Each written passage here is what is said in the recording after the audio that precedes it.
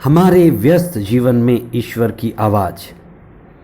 हम दो तरह की जीवन जीते हैं, एक होश का जीवन और दूसरा बेहोशी का जीवन। हम चेतनायुक्त जीवन जीते हैं या अचेतन जीवन। जो होशपूर्ण चेतनायुक्त जीवन जीते हैं उसी का नाम आध्यात्मिक जीवन है। जो अचेतन जीवन जी रहे हैं उनका जीवन संयोगवश जीवन है, संयोग से या इत्तिफाक से जीवन है। इसी को हम लाइफ बाय चांस या बाय एक्सीडेंट कहते हैं। लेकिन जो आध्यात्मिकता का जीवन जी रहे हैं वे चुनाव का जीवन जीते हैं, सत्य का चुनाव, अच्छाई का चुनाव, चेतना और आत्मा का जीवन, अच्छा का और सत्य का और श्रेष्ठता का चुनाव करते हुए जीवन जीते हैं। जो व्यक्ति में सबसे श्रेष्ठ है वह है आत्मा। हमारा शरीर है और हमारा मन है जो आत्मा द्वारा संचालित होता है। जब हमारा जीवन आत्मा के द्वारा संचालित होता है, जब हमारा जीवन आत्मा के द्वारा नियंत्रित होता है, तभी हम उसे आध्यात्मिक जीवन कहते हैं। आत्मा स्वयं के अंदर राजा है, इसलिए आत्मा का शासन राजा का शासन है। इसीलिए ईसा ने कहा, ईश्वर का राज्य तुम्हारे अंदर है, तुम्हारे अंदर आत्मा का शासन संभव है और यही ईश्वर का राज है। 14वां सामान्य सप्ताह 5 जुलाई 2022 मंगलवार। पहला पाठ नबी होशेया का ग्रंथ अध्याय 8 पद संख्याएं 4 से 7 तथा 11 से 13 तक। संत मत्ती का सुसमाचार अध्याय 9 पद संख्याएं 32 से 38 तक। बीमारी एक संकेत है मनुष्य की कमजोरी का,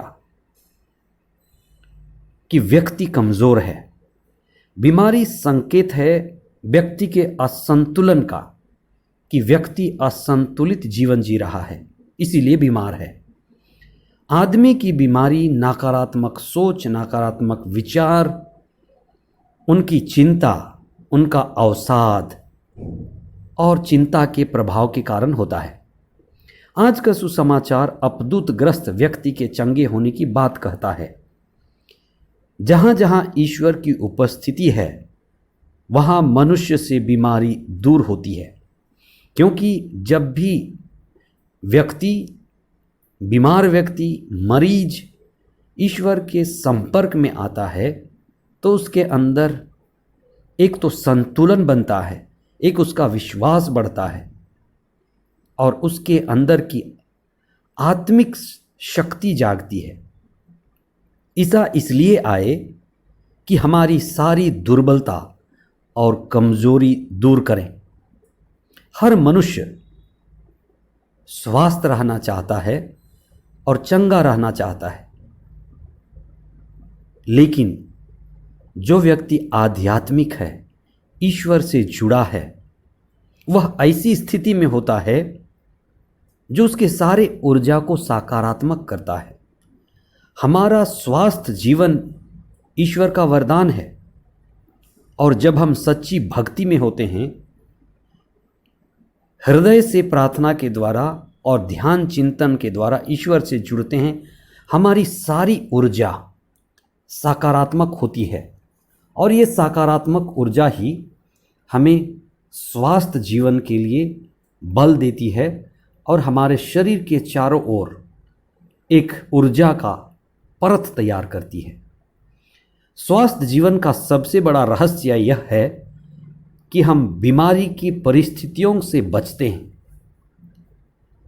नकारात्मक ऊर्जा में होना, जैसे लंबी चिंता, अवसाद की स्थिति से गुजरना, क्रोध करना, क्रोध रखना, बदले की प्रवृत्ति में जीना हमें बीमारी की परिस्थिति में ढकेलती है, हमारी सारी ऊर्जा को हमसे छीन लेती है और हमें कमज़ोरी की हालत में छोड़ती है। यही परिस्थिति है जो हमारे लिए बीमारी का पहला कदम, बीमारी का माहौल तैयार करती है। आप इस पर चिंतन करें। अगर आप इससे निकल पाते हैं, आप स्वस्थ रहेंगे। बीमारी से बचाव के लिए आनंदित होना, खुश होकर जीना, सरल होना, सहज होना, आत्मा और चेतना द्वारा संचालित होना अति आवश्यक है। ईश्वर का राज्य आत्मा का राज्य है। ईश्वर का राज्य केंद्रित राज्य है। जो आत्मा केंद्रित जीवन जी रहा है वह ईश्वर के राज्य का गहरा अनुभव करेगा। मनुष्य की बुलाहट यह है, मनुष्य इसलिए बना हुआ है कि वह आत्मा केंद्रित और चेतना युक्त जीवन बिताए। इसलिए मनुष्य के लिए प्रार्थना, ध्यान, गहरी चिंतन बहुत आवश्यक है।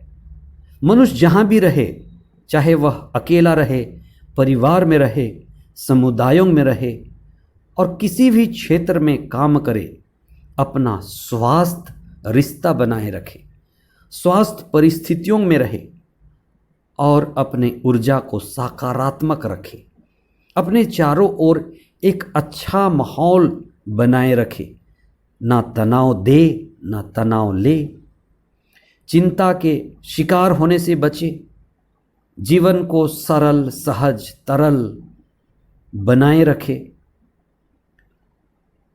मुक्त और आज़ादी का अनुभव करे और आत्मा के संग चले तो जीवन पूर्णता की ओर बढ़ती है। आज के पहले पाठ में नबी होशेया मनुष्य के भटकने, इस्राएलियों के भटकाव, उनके दुखी होने और उनके अशांति और आंसू के कारण हमें बताते हैं।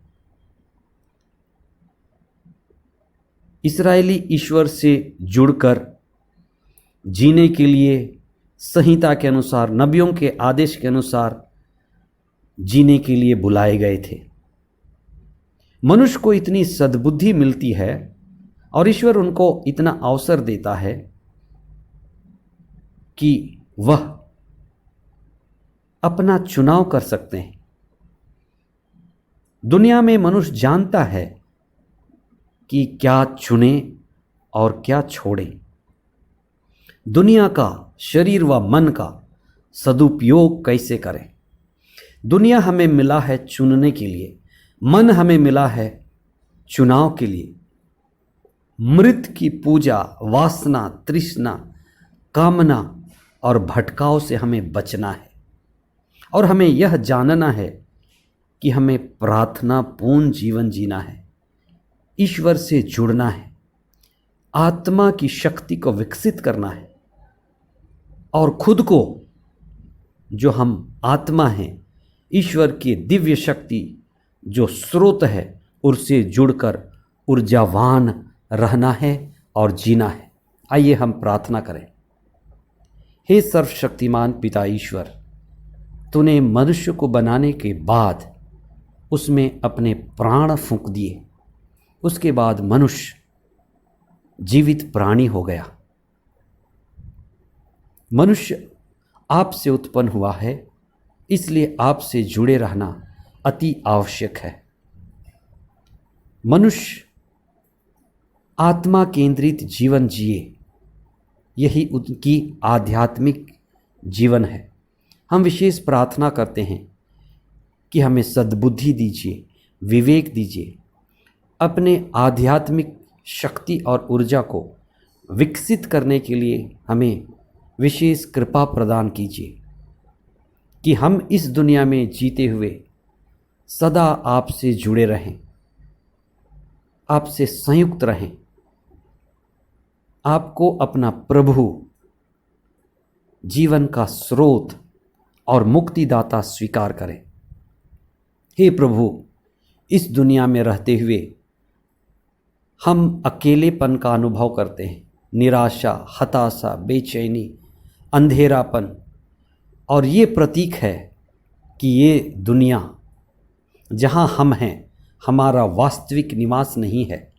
हम अनुभव करते हैं कि इस दुनिया में हमारा कोई नहीं है, और ये सत्य है क्योंकि हम आपसे उत्पन्न हुए हैं, आपके पास से आए हैं और आपके पास ही हमें जाना है।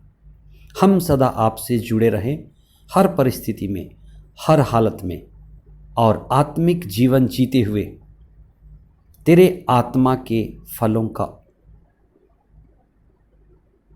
वरदान उत्पन्न करें। हमें पवित्र आत्मा प्रदान कीजिए, जिसकी शक्ति और सामर्थ्य से हम आनंदित रहें, प्रकाशित रहें, आलोकित रहें और तुझसे जुड़े रहें, अभी और अनंत काल तक। आमीन।